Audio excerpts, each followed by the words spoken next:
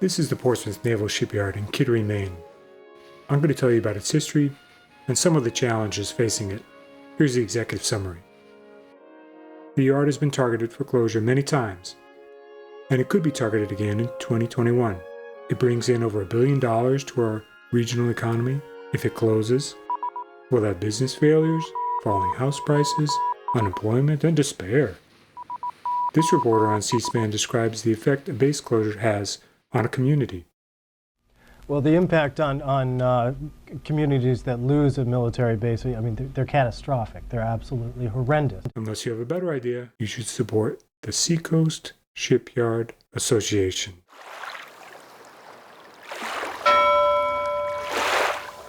The Seacoast Shipyard Association helped preserve the yard in 2005, and this is the famous SOS shirt that stands for Save Our Shipyard. If we have to save the yard again, it's better to be prepared in advance. The closure process can happen pretty quickly. Established 1800. Happy birthday, Portsmouth Naval Shipyard. You're 220 years old. That's old. How long is this shipyard supposed to last? Earbuds last about a week. Cell phones are obsolete before you know it. Have you reached your expiration date? Some folks in the Pentagon thought that expiration date was 2005. Give you a sense of the bases that are closed according to the BRAC commission. That was the Navy bases, the Naval Air Station in Georgia, the Naval Air Station in Brunswick, Maine, the Portsmouth Naval Shipyard. BRAC stands for Base Realignment and Closure. It's a commission that gets together now and then when the Department of Defense wants to unload military facilities it doesn't need. Closing a base is deeply unpopular, so the politicians let these folks take the credit for it. In a way, it eliminates the appearance of political favoritism. But they hardly need to. Right now it looks like there is a bipartisan consensus that we need another BRAC round.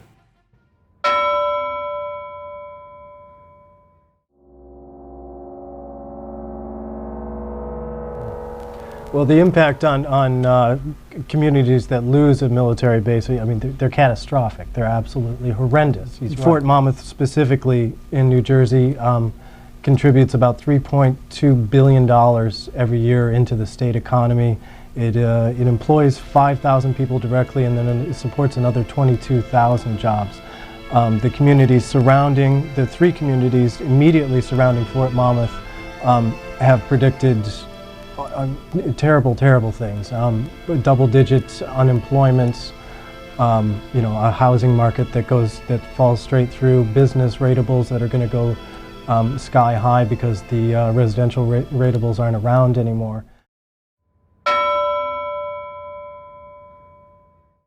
On the 220th anniversary of the shipyard, let's see what made it such a special place back in 1800, and then ask ourselves if that history is relevant today. John Paul Jones started the U.S. Navy.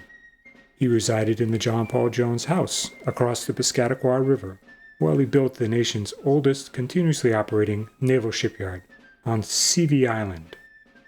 It was a great location. The fast current meant the river rarely iced up. It was compact, defensible, fortresses to protect the channel.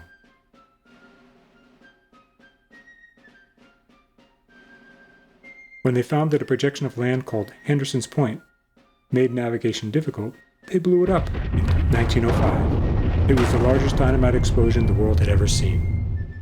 But the most important consideration was the human factor. Many of America's finest shipbuilders made their home here, near the rich fishing grounds of Georges Bank and the raw material of shipbuilding. Now, they're just a U-Haul ride from other shipyards. Does this rich history give it an edge? Could the Navy abandon its oldest shipyard? Our nation has had as many as 13 naval shipyards. Now it has just 4. The yards maintain and modernize the fleet. After just a few years of operation, a vessel needs maintenance. It's not like an oil change on your car. Imagine if you lived in your car and drove it 24 hours a day in salt water. It's a big job. The most complicated and time-consuming overhaul, and the one that the yard has relied on for much of its work, is refueling. That means changing out the submarine's nuclear fuel. It adds about a year onto a submarine visit. But guess what? The latest SG-9 reactor is capable of lasting the life of a ship. No refueling needed. That's a good thing. But where does that leave the yard's job security?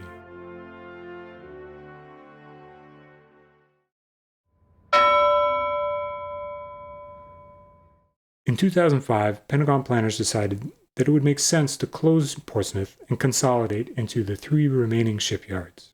The same Pentagon logic applied to Fort Monmouth, another military installation on the closure list.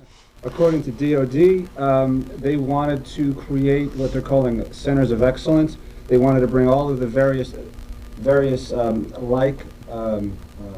missions in different bases into one general area. And they said, like Portsmouth, it had 5,000 employees. Set on 1,100 acres, the fort specialized in cutting-edge military communications. In 1917, that was the homing pigeon and its apparatus.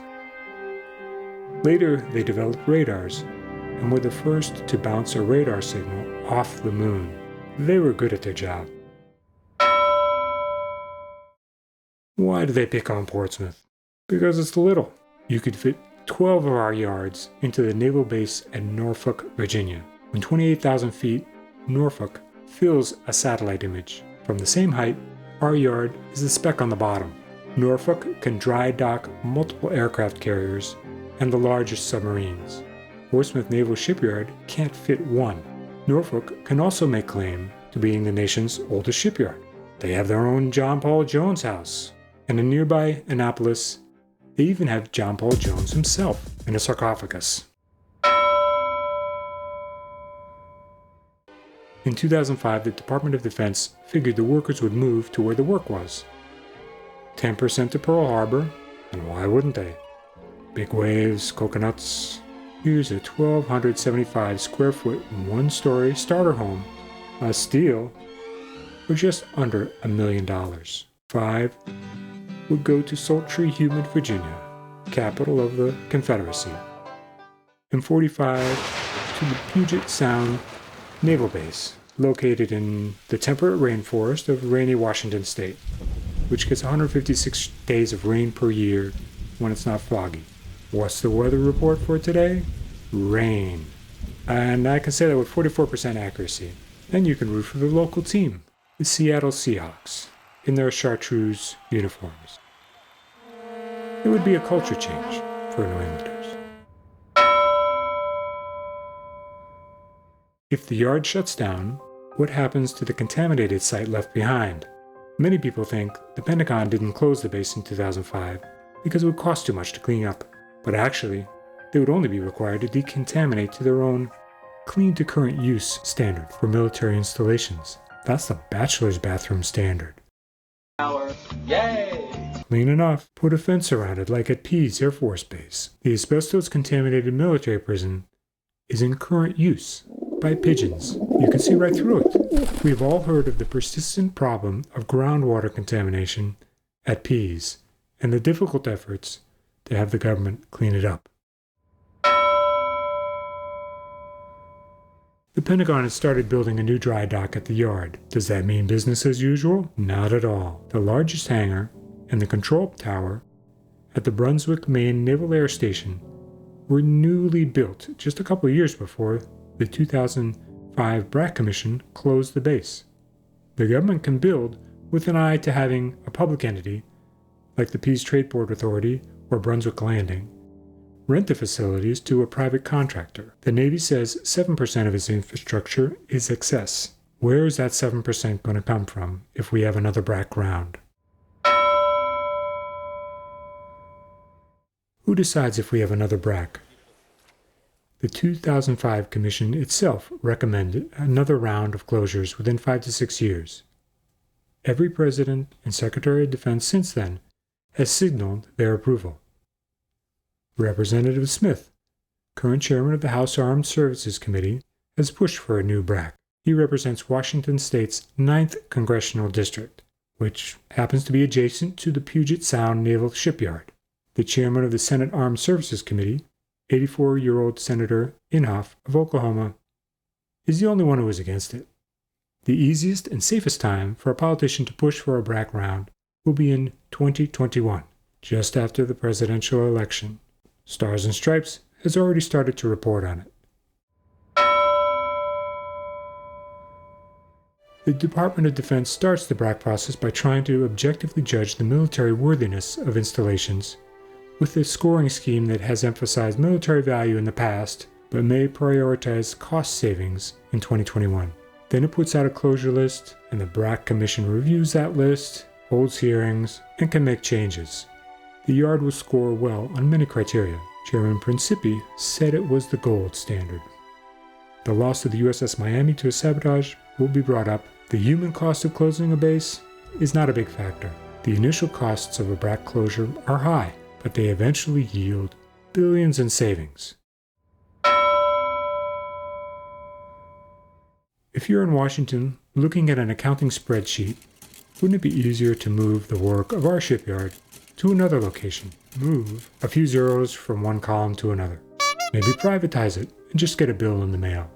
An April 2019 Congressional Budget Office study, commissioned by the House Armed Services Committee, compared the cost of a Los Angeles-class mid-range overhaul at a private versus public shipyard. They determined that private yards are cheaper. Maybe we should ask the Government Accountability Office to take another look at those figures.